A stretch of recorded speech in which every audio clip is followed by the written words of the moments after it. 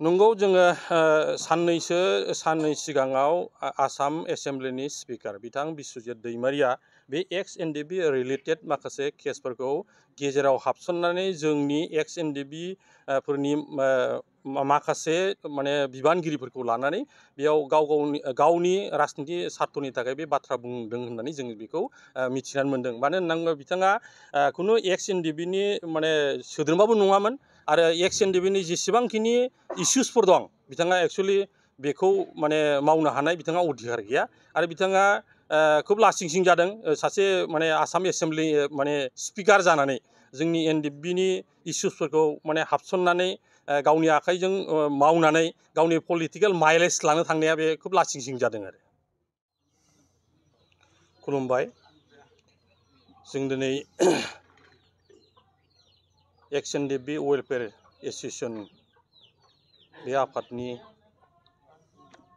मोनसे मावफुं आफाद एबा एगजिकिउटिभ मिटिं जों लादोंमोन आरो बे एगजिकिउटिभ मिटिङाव जोङो थांनाय 15 अक्ट'बर खालि जिहेतु आफादखौ जों दाना लादों आरो बे आफादनि थांखि बायदियै जोङो दिनै बे उदालगुरि जिल्ला सिङाव थानाय जेसेबांखिनि एक्स एनडिपि दङ बिथांमोनखौ जोङो ज' बोनथुमनानै बिनि उदालगुरि जिल्ला एक्स एनडिपि वेलफेयार एस'सिएशन जों बेखौ आफाद हिसाबै आफादनि आफादगिरि सकेन ब्रह्म एक्स एनडिपि लोगोसे नेहाथारि नागेश्वर बसुमतारी बिथांमोनखौ आफादगिरि आरो गाहाय नेहाथारि हिसाबै जोङो बिबान जोङो मोननो हादों आरो जों आसा खालामदों एक्स एनडिपि रिलेटेड जेसेबांखिनि समयसाफोर दं बे समयसाफोरा जिल्लानि सिङाव बिथांमोननि दैदेननायजों जाहाथे गासैबो मावफुंजायो जों बेखौ जोङो हास्थायदों एबा नाजादों।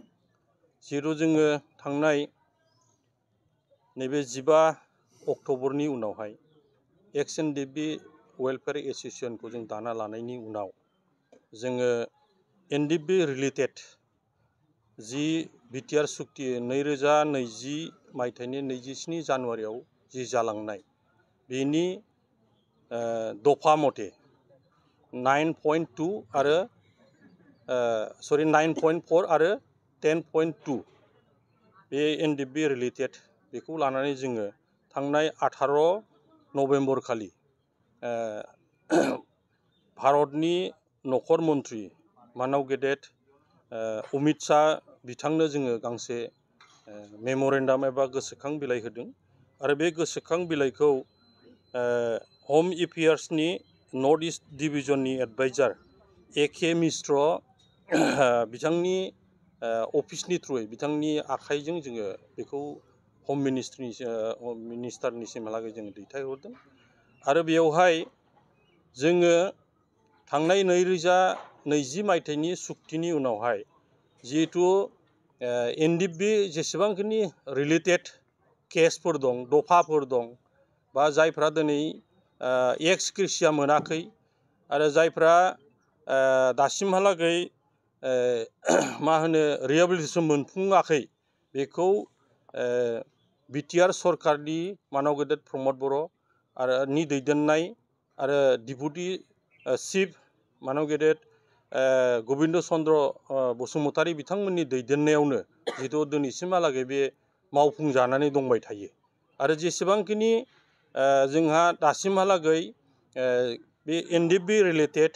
सिबिआइ आरो एनआइए केसाव जायफ्रा दिनै जेल जानानै दंबाय थायो आरो बे जेल जानानै थानाय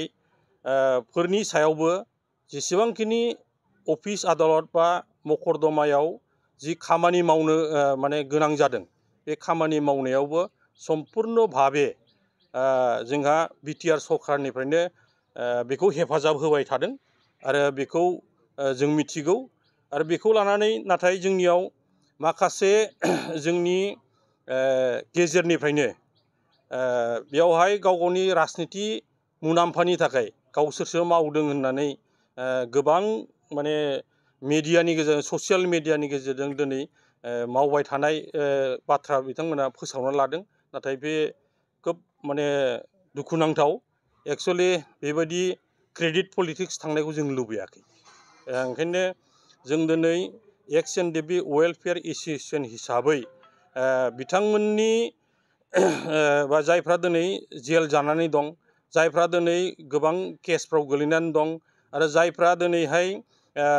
एक्स ग्रेसिया मोनाखै, रिहेबिलिटेसन मोनाखै, बेफोरनि थाखायबो जों सम्पुर्ण भाबे जिहेथु जोंहा दफाफ्राव जोंहा लिरनाय दंखायो, सक्तिनि दफायाव जोंहा लिरनाय दंखायो, बेखौ आखरे आखरे जाहाथे मावफुंनांगौ बे बेलायाव। आरो लोगोसेयै जोंहा एक्स एनडिएफबिनि जेसेबांखिनि मावथिफोर दं बिथांमोननो जायफ्रा दिनै बैसो दङ, क्वालिफिकेसन दं, बिथांमोननो साख्रि थिसननांगौ बा पारामिलिटारियाव होनांगौ। आरो लोगोसे आसाम स्टेटनिफ्राय जि पुलिस डिपार्टमेन्टआव दासिम जि माने 2% जि रिजार्भेसन होदों, बिनि सायावबो जोङो आसामनि डिजिपि आरो लोगोसे एडिजिपि एसबि ब्रान्चनि बिथांमोनजों जों सावरायदों। आरो बिथांमोनहा जोंनो थांनाय नैबे टेरिटरियेल आर्मियाव जि फुल आर्मिमोन बियो, टेरिटरियेल आर्मियाव थिसननायनि थाखायबो थांनाय नभेम्बरनि 27 अक्ट'आव 27 अक्ट'आव जोंनो मोनसे स्पेसियेल डे हिसाबै बे रिलिखौ जोंनो होदोंमोन। आरो लोगोसे दा आसाम सरकारनिफ्राय जोंखौ बुंदों,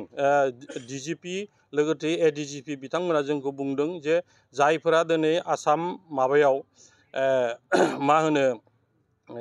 रिक्रुइट माने जानो थाखाय फर्म फिलआप खालामदों, बिथांमोननि सम्पुर्ण डाटाखौ जोंनियाव बिदों। जायफ्रा दिनैहाय माबा साख्रिनि थाखाय आवेदन खालामदों बेखौ जों दा हैनो थाखाय ज'जा खालामदों। आरो जेसेबांखिनि जोंनियाव दा केस जानानै दं, हाइनेस आरो नन हाइनेस, बेफोरनि केसफोरनि सायावबो जोंनो गासैखौबो डाटा होनो होदों। आरो जायफ्रा दिनै माने एक्स ग्रेसिया हिसाबै मोननांगौ मुंख्लंफोर दं, बिथांमोननि माने जायफ्रा माबा गैया, डकुमेन्ट गैया, पुलिस माने भेरिफिकेसन जायाखै, रिपर्ट जायाखै, दिनैसिमहालागै मोनाखै, बिथांमोनखौबो सिनायथि होनो थाखाय जोंनो एक्स एनडिएफबिनिफ्राय गांसे माने मेम'रेन्डाम बा सार्टिफिकेट होनानै जोंखौ माने होनो खावलायदों। दा बे हिसाबै जों दिनै मेडियानि गेजेरजों, नोंथांमोननि मेडियानि गेजेरजों जों बेखौ फोरमायहरदों दे जायफ्रा दिनैहाय बे साख्रिनि आवेदन खालामदोंमोन आरो जायफ्रा दिनै माने एक्स ग्रेसिया दिनैसिमहालागै मोनाखै,